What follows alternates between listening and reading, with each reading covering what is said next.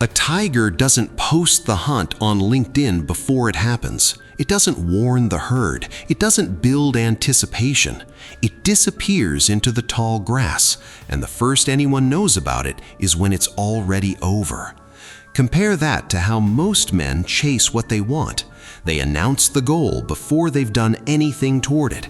They tell the group chat about the deal they're about to close. They post the gym selfie before the transformation, the big things coming caption before there's anything to show. And every time they do this, they're doing the opposite of what actually works. This isn't a video about tigers. It's about why the men who actually close, deals, goals, anything that matters, are the last people you hear from before it happens. You've seen this play out in real time, probably without naming it. Someone on your team gets excited about a deal that's basically done, tells 3 people, maybe drops it in a meeting to look sharp. Then it falls through. Not because the deal was bad, because the moment he announced it, he stopped treating it like a hunt and started treating it like a trophy he already had. The tiger never makes that mistake. It doesn't celebrate before the kill. It stays locked in, low, focused, because the second an animal announces its intentions, every advantage it had disappears.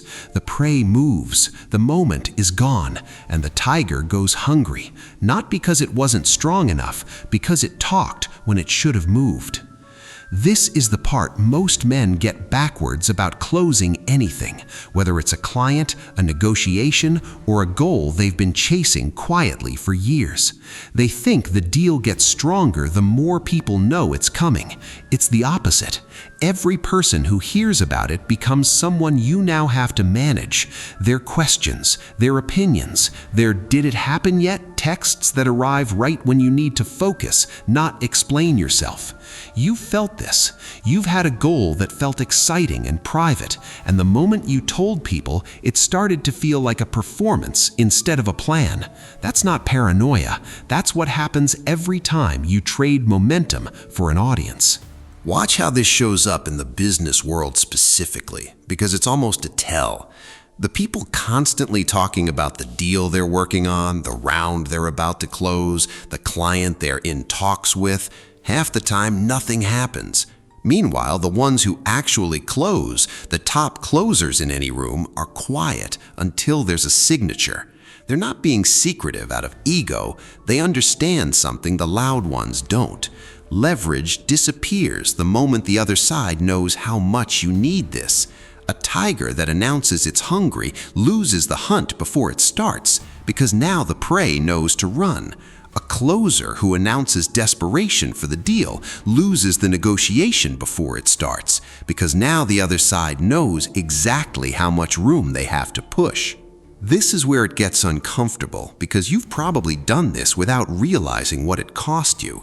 You've told someone how badly you wanted something, a job, a deal, a relationship, before you had it. And the moment you said it out loud, you handed them something, not information, power. Because now they know exactly how much you need this to go their way, and people change how they treat you the second they know that. The tiger never gives the deer that information. It stays completely unreadable until it's too late for the deer to use anything against it. That's not coldness, that's the entire skill. Think about the version of you that's done this the opposite way. Patient, quiet, moving without narrating the move. You've had moments like that too, even if they're rare. A goal you worked toward without telling anyone, and by the time people found out, it was already done. Notice how different that felt. No one got to have an opinion on it while it was still fragile. No one got to ask, "How's it going?" in a tone that made you doubt yourself.